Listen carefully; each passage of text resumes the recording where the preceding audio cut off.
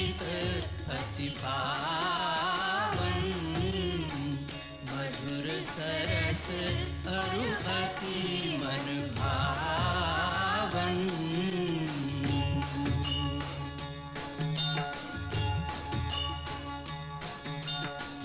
पुनि पुनि कितने हो सुने सुनाए, ये की प्यास बुझत न बुझाए।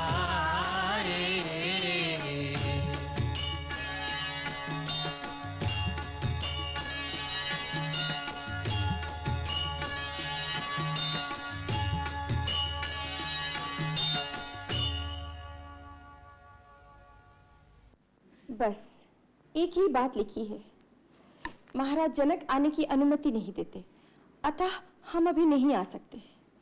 ठीक ही तो कह रहे हैं, मिथिला नरेश छोड़ेंगे तो ही आएंगे ना। परंतु हमारा भी ध्यान रखना चाहिए, प्रतीक्षा करते करते आंखें थक गईं। कब बारात लौटेगी, कब बहुओं का मुख देखेंगे। हम सारी अयोध्या नगरी प्रतिदिन बारात की वापसी के लिए सज धज कर तैयार रहती है, और सांझ होते ही मन महसूस कर रह जाती है। हर एक की दृष्टि मिथिला से आने वाले रास्ते पर लगी हुई है। हम भी एक विशेष दूत महाराज की सेवा में भेजेंगे, निवेदन करेंगे, बहुत हो चुकी प्रतीक्षा, शीघ्र ही बहुओं को विदा करा कर ले आइए। परंतु महाराज वचन हार चुके हैं, वो जनक महाराज का हृदय नहीं दुखाना चाहते। आप भी दीदी सदा आदर्श की ही बात करती हो, भला इसमें वचन हारने की क्या बात होगी। हम वर पक्ष वाले हैं, हम जैसा चाहेंगे कन्या पक्ष वालों को वैसा ही करना पड़ेगा। नहीं नहीं आर्य सुमंत्र, हम अपने मुंह से महाराज जनक से यह अधिकार जताकर नहीं कह सकते कि हम वर के पिता हैं। आप अपनी पुत्री को विदा कीजिए। राम एक पल के लिए हमसे अलग होता है तो हमारे हृदय को जो पीड़ा होती है उसका अनुभव हमें है। फिर जनक को तो अपनी बेटी को सदा के लिए विदा करना है। उनकी पीड़ा का अनुमान कौन कर सकता है? आपके मन की कोमल भावना अपने स्थान पर उचित है महाराज, परंतु उस भावना के आवेग में हम ये नहीं भूल सकते कि आप एक राज्य के शासक भी हैं। इतने दिनों तक राज से दूर रहना उचित नहीं लगता। अरे भैया जल्दी जल्दी करो ना, हम सुना है डोली आज विदा हो जाए। अरे भैया डोली तो तभी उठेगी ना जब अपने महाराज जनक जी मान जाएंगे। कितना दिन से महाराजा दशरथ जी विदा मांगते हैं, पर वो जो अपने राजा जी है ना जनक जी, कोनो न कोनो बहाना करके रोक ही लेते हैं। अरे भैया जहां तलक अपन बस चले वो बिटिया भेजी नहीं जाती। अरे बिटिया के जात ही ऐसी है, कोनो बाप महतारी का न भेजे को जी करता है और न रख सकता है। बिटिया के ब्याह की खुशी भी होती है, पर उसे जुदा करते वक्त हैया फटता है। वो जिसे माया कहते हैं ना, उसका असली रूप ही बिटिया है। ऐसा अपने मुंह के जाल में फंसा लेती है कि बस।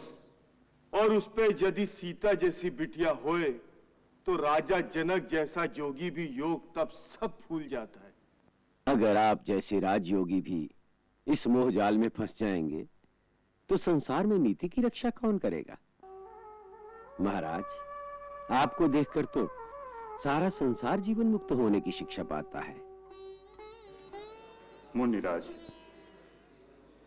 बड़े से बड़ा योगी, बड़े से बड़ा शूरवीर भी पुत्री वियोग की चोट सह नहीं सकता। अपने कलेजे का टुकड़ा निकाल कर किसी को दे देना आसान है, परंतु पुत्री को घर से विदा करना बहुत कठिन है। राजन, आपके मन की अधीरता का अनुमान हमें है, परंतु अपने हाथों कन्यादान करने के पश्चात पुत्री पराई हो जाती है। अब वो किसी और की धरोहर हो गई है। आप जैसे ज्ञानी को ये बात समझाने की आवश्यकता नहीं है। अच्छी बात है मुनिराज, अच्छी बात है। शतानंद जी, महारानी से कहिए राजकुमारियों को विदा करने की तैयारियां करें।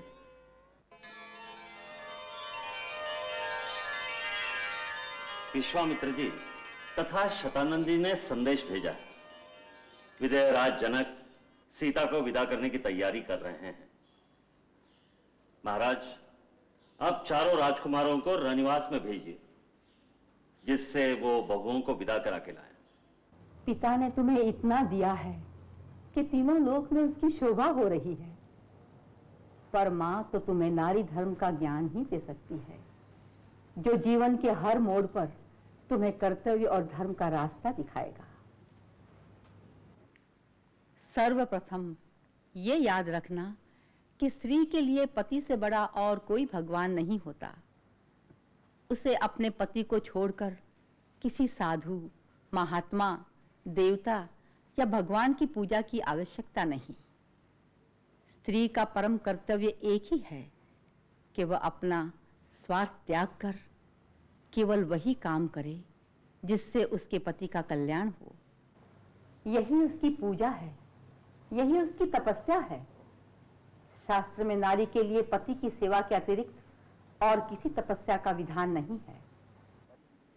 जो स्त्री मन, वचन, कर्म से पूर्ण पतिव्रता होती है, उसको किसी के आशीर्वाद की आवश्यकता नहीं।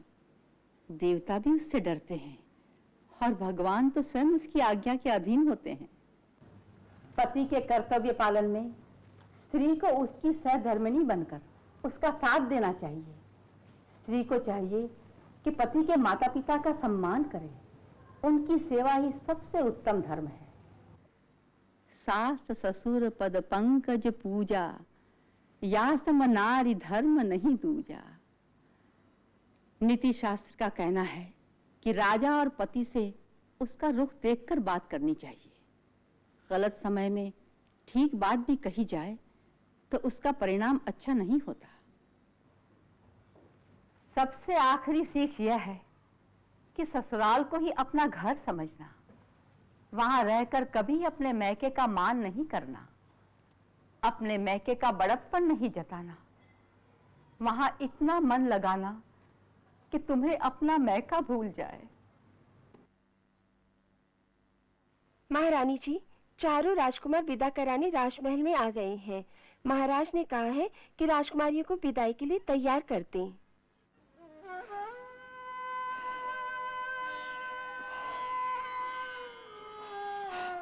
विदाई, विदाई।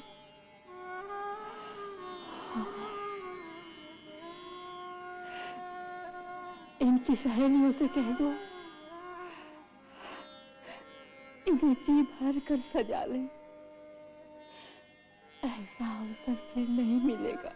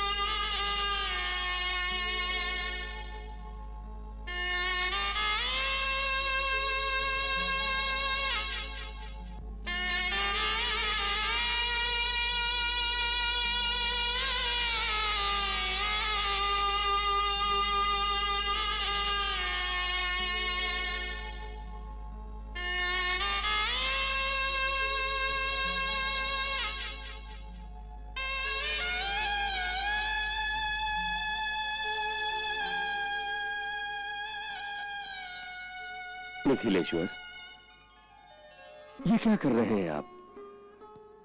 आपका स्थान तो बहुत ऊंचा है। इसी प्रकार इस दास पर सदा कृपा बनाए रखिएगा महाराज। असावधानी में कोई भूल चूक हो गई हो तो क्षमा कीजिएगा।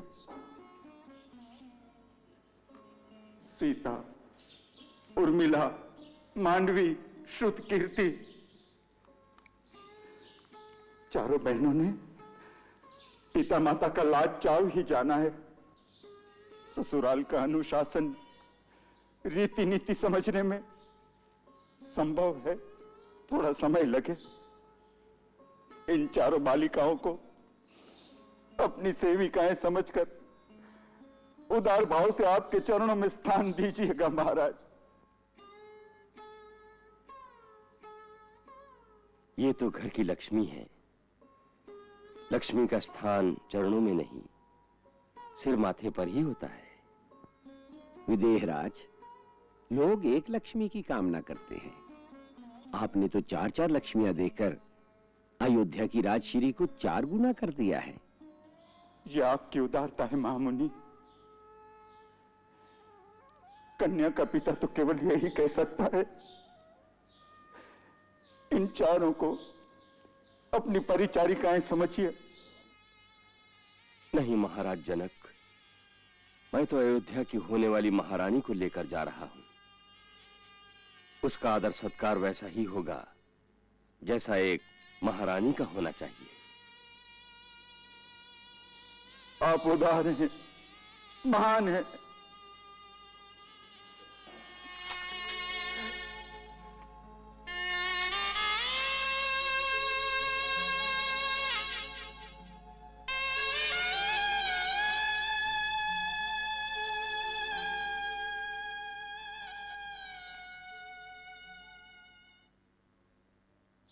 महाराज, मुहूर्त का समय हो रहा है, कन्याओं को विदा कीजिए।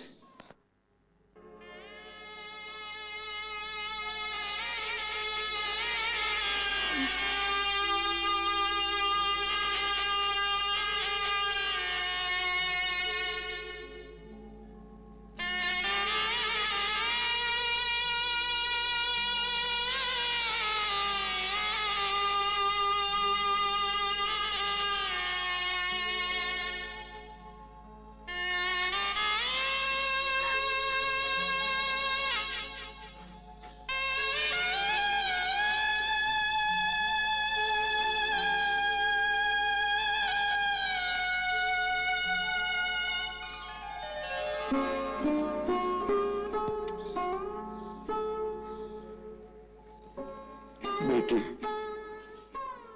मेरी एक बात याद रखना,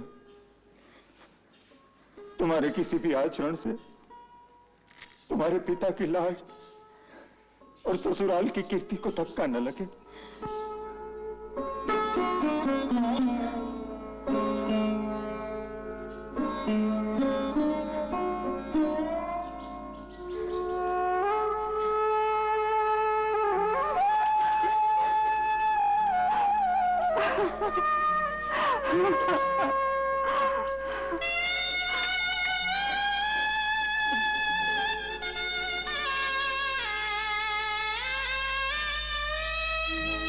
जब डोली में बैठ कर बिटिया जाए विदेश, पत्थर से पत्थर हृदय सह न सके ये ठेस।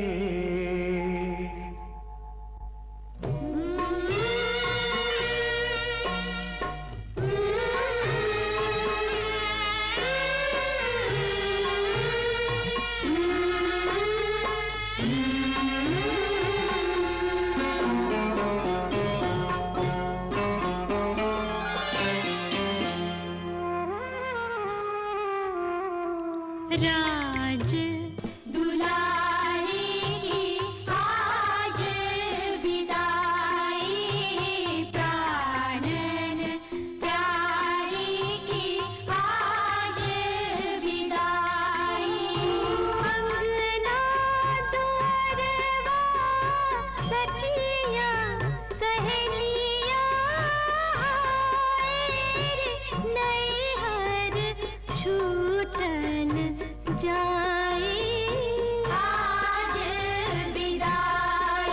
राज दुलारी की आज विदाई, प्राणन प्यारी की आज विदाई।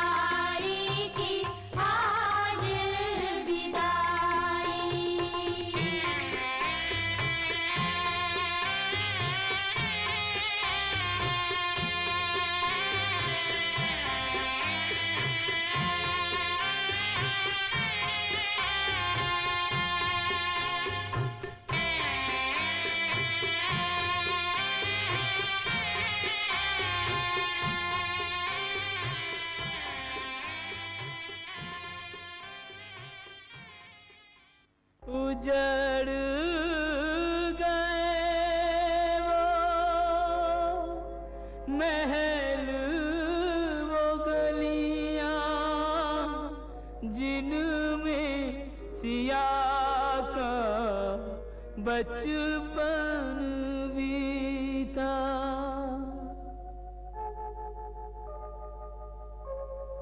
छोड़ गई कुछ यादों के मोती प्राण विदेह के ले गई सीता। टूटा टूटा जनक बेचारा खुशियाँ भई रे पराई, भई रे पराई।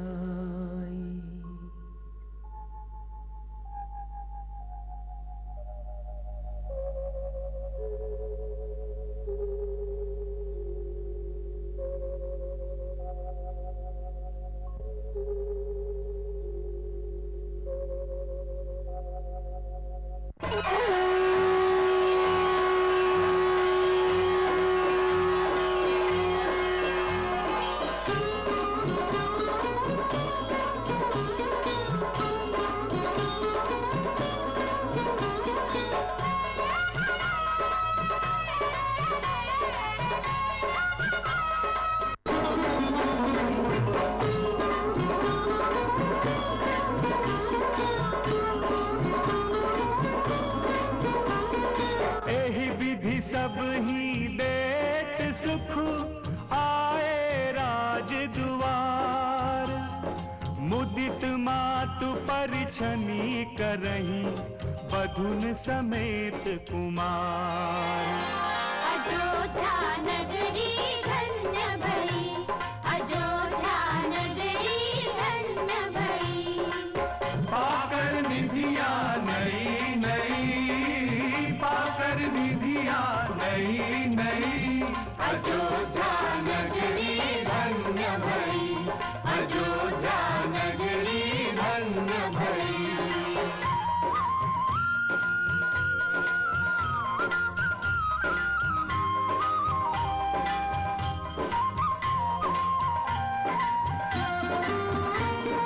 निगम नीति कुल रीति करे अर्घ पावड़े देत। बधुन सहित सुत परिछि सब चली लवाई निकेत। अयोध्या नगरी धन्य भई, अयोध्या नगरी धन्य भई। पावन बेला मंगलमयी, पावन बेला मंगलमयी। अयोध्या नगरी धन्य भई, अयोध्या नगरी धन्य भई।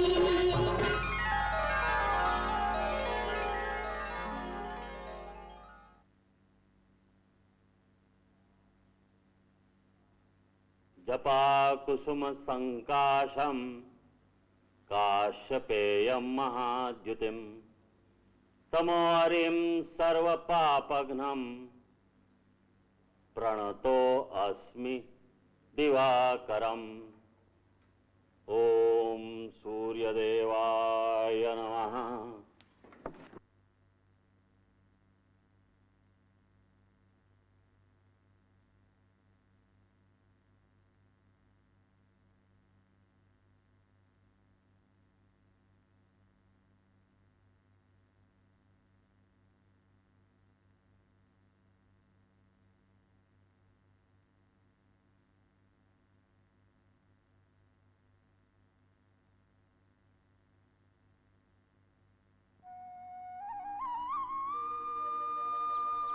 दीदी, राम सबसे बड़ा है, इसलिए उसका नेकचार सबसे पहले हो जाना चाहिए। हाँ माँ, ये ठीक है। पहले भैया के कौतुक देख लें, उसके बाद जैसे भैया करेंगे वैसे हम भी कर लेंगे। अच्छा अच्छा, पहले दूध भात से ही आरंभ करें। जी। सीता बेटी, अपने हाथ से दूध भात राम को खिलाओ और घुल मिल के एक हो जाओ। लो, खिलाओ।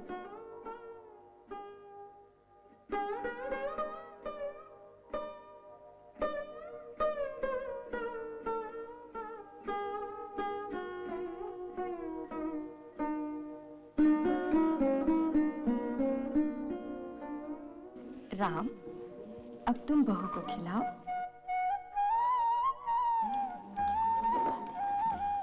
भैया, भाभी से उंगली बचाना, कोई जाल रचा जा रहा है।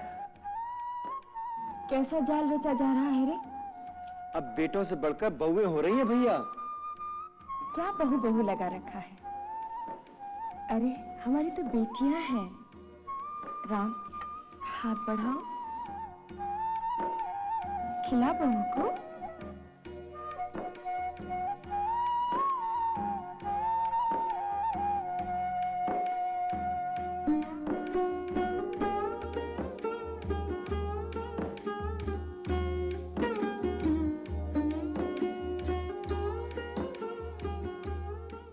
दीदी, अब भरत से कहो वो खिलाए।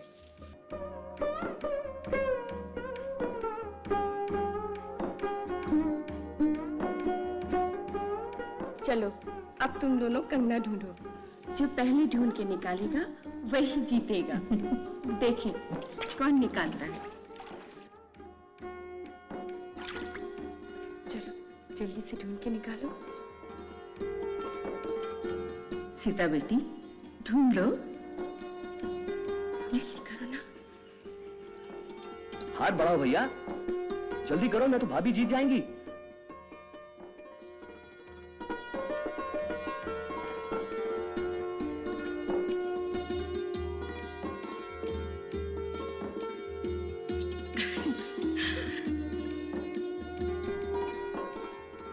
अरे भाभी जीत गई। भैया ने जानबूझकर ही भाभी को जिताया। चलो अच्छा है, कहीं तो भैया हारे।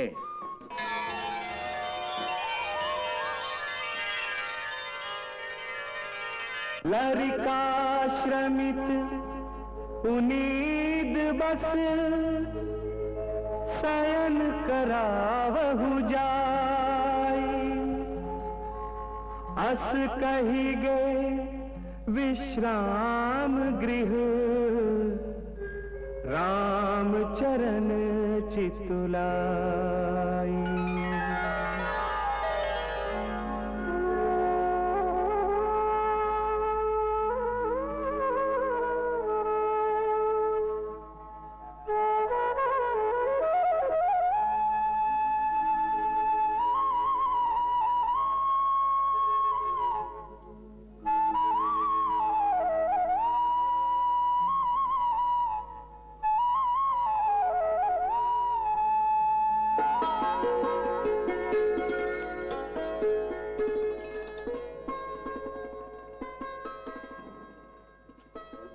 ये क्यों?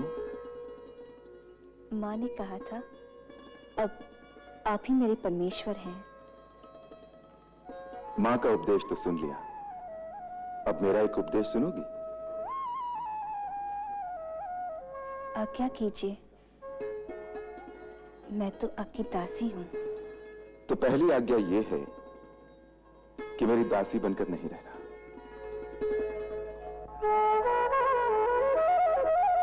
मेरी अर्धांगिनी, मेरे मित्र, सखा, साथी बनकर मेरे साथ चलना। मेरे हर अच्छे काम में मेरा साथ देना। और कभी मुझे पथ भ्रांत होते देखो तो मुझे भटकने से रोकना। एक अच्छे मित्र, एक अच्छे साथी का यही कर्तव्य है। माता कैकेयी ने कहा था, प्रथम दर्शन की स्मृति को सजीव बनाए रखने के लिए कुछ भेंट अवश्य देना। मैं भेंट लाया हूं, हीरे मोती की नहीं, वरन भेंट स्वरूप आज मैं तुम्हें एक वचन देता हूं। राजाओं के यहां अनेक रानियों का रिवाज है, परंतु राम के जीवन में कोई दूसरी कभी नहीं आएगी, ये राम की प्रतिज्ञा है। जानती हो ये प्रतिज्ञा मैंने कब की थी?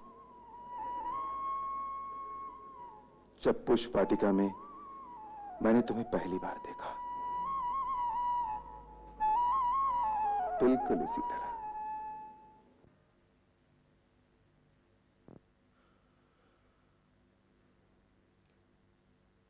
हमें रह रहकर महाराज जनक की वो करुण मुद्रा याद आ रही है।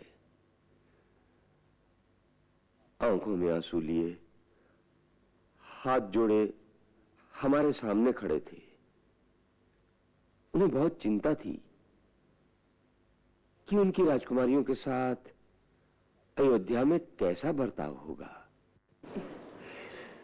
आपने तो केवल महाराज जनक की ही बात सुनी होगी, परंतु महारानी सुनैना के मन में कितनी चिंता होगी, इसका अनुमान आप नहीं कर सकते, मैं कर सकती हूँ।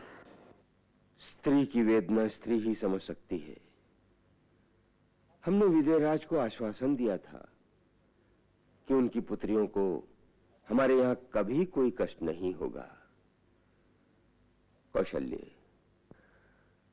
हमारा ये वचन निभाना तुम्हारा काम है। आप ये कहना चाहते हैं कि अयोध्या में कदाचित उनके साथ अच्छा बर्ताव न होने की आशंका भी है? नहीं, हम ये सोच भी नहीं सकते, परंतु केवल अच्छा बर्ताव ही तो पर्याप्त नहीं। सारा जीवन लाड प्यार में बिताने के बाद लड़की जब अकस्मात एक नए घर में आ जाती है तो उसके अंतर में कितनी घबराहट होती होगी। कौन कैसा बर्ताव करेगा, कौन क्या कहेगा, यही सोचती होगी। यही समय उन्हें आश्वासन देने का है, जिससे उन्हें लगे कि उन्हें अपने घर से भी अधिक प्यार यहां मिलेगा। तुम सबसे बड़ी हो, इसीलिए ये जिम्मेदारी हम तुम्हें सौंपते हैं। जैसे पलकों के बीच आंख की पुतली को संभाला जाता है, उसी तरह इन चारों को अपने प्यार के आंचल में लपेट के रखना। आप निश्चिंत रहिए, वो थोड़े ही दिनों में मिथिला को भूल जाएंगी। इस भाग के साथ रामायण का बाल कांड समाप्त होता है।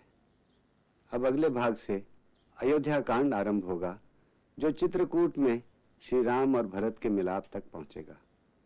मेरे विचार में तो रामायण में अयोध्या कांड सबसे महत्वपूर्ण कांड है, क्योंकि यही वो कांड है जिसमें जीवन की मूल मान्यताओं, असूलों और मूल्यों की परख होगी। इसमें आप देखेंगे कि एक ओर स्वार्थ मनुष्य को कहां से कहां तक गिरा सकता है, तो दूसरी ओर त्याग और बलिदान उसे इतना महान बना सकता है कि वो स्वयं भगवान से भी ऊंचा दिखाई देने लगे।